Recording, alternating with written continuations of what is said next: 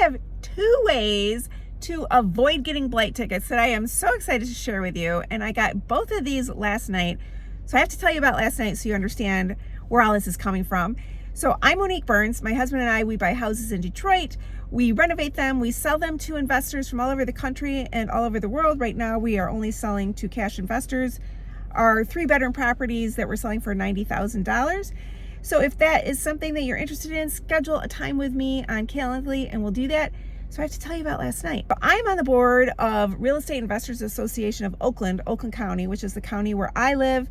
And we have a lot of people in Oakland County that buy houses in Detroit. So that's why I'm part of the board, and all my houses are in Detroit, Michigan. And if you, whatever city you're in, you should check to see if you have a REIA in your city, because it's super helpful. It's where I have learned so much about all the practical things. And I actually made a course of all the things that I wish I had known before I started investing in Detroit. Last night, I had this couple from Texas who has bought my course, even though they already had 10 houses in Detroit, that they sounded like they're just doing awesome with their houses and their investment journey in Detroit. They bought my course anyway. They said when they heard it was 9 hours of material, they just had to buy it because they're very thorough people and they're not know-it-alls. And that's like the perfect student. If you want to invest in a city like Detroit, don't assume you know what you're doing. And so they don't. And so they came to my REIA of Oakland event last night because they were in Detroit at the time. It was nice. They started really praising my course. And I was worried they weren't going to find enough value in it. They already had 10 houses, and they're like, no, your course was great.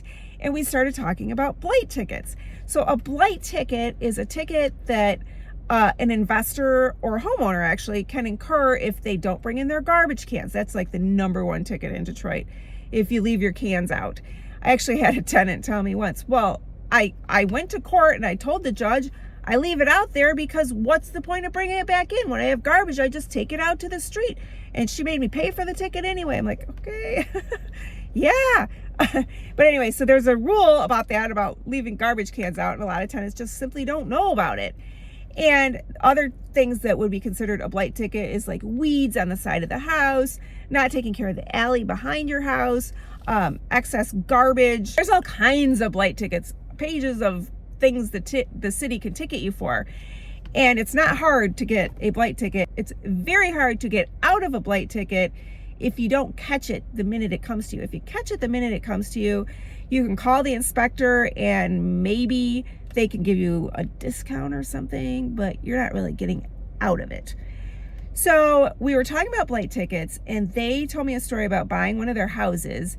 And this is after they had bought my course, and they watched this part of my course of blight court. And it was a Zoom thing. I videoed the whole thing, and I gave a whole bunch of feedback and advice in my course about blight tickets.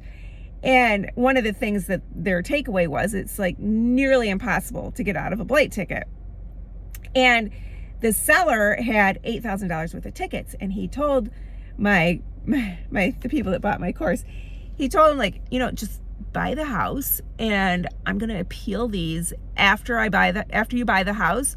I'm just going to get out of them, so they'll never be your problem.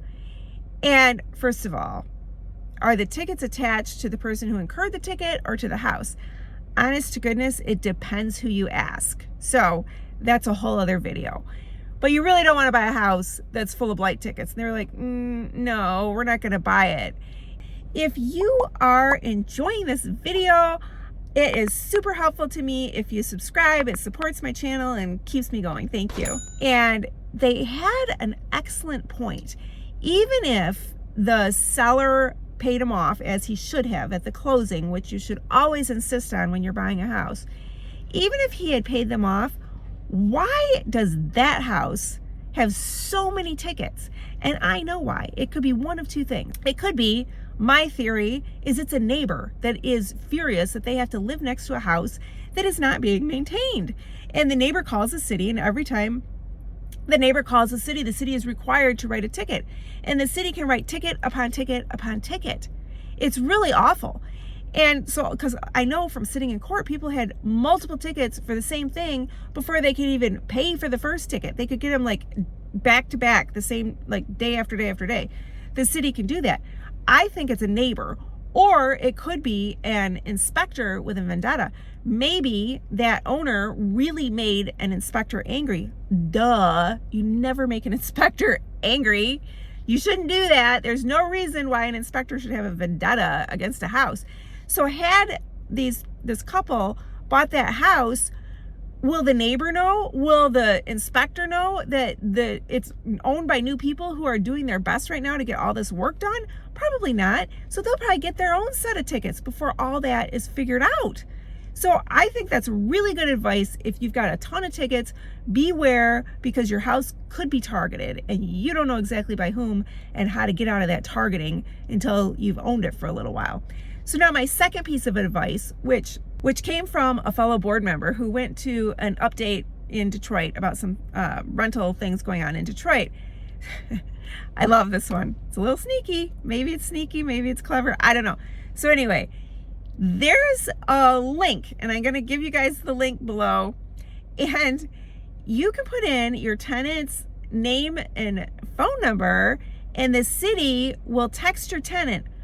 I think this is the gist of it. The city will text the tenant and say, it is time to take out your garbage because tomorrow is your garbage day. Because if they take out their can too early in the day, they could get a ticket for the can being out at the wrong time.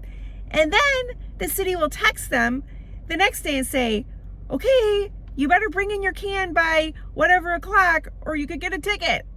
And it's a reminder to the tenants. And this is brilliant. And he sat there, because he's got Detroit tenants too, and he plugged in his tenant's information. He's like, well, she could always push stop if she doesn't like it. Like, that is true, but why wouldn't you like that? I wouldn't mind the reminder. People don't always remember it's trash day, you know? Or to bring in your cans on time. Apparently, people in Detroit don't seem to know to ever bring in their cans. Every time I've ever videoed in Detroit, I joke, it's always trash day, because the street is always full of trash cans.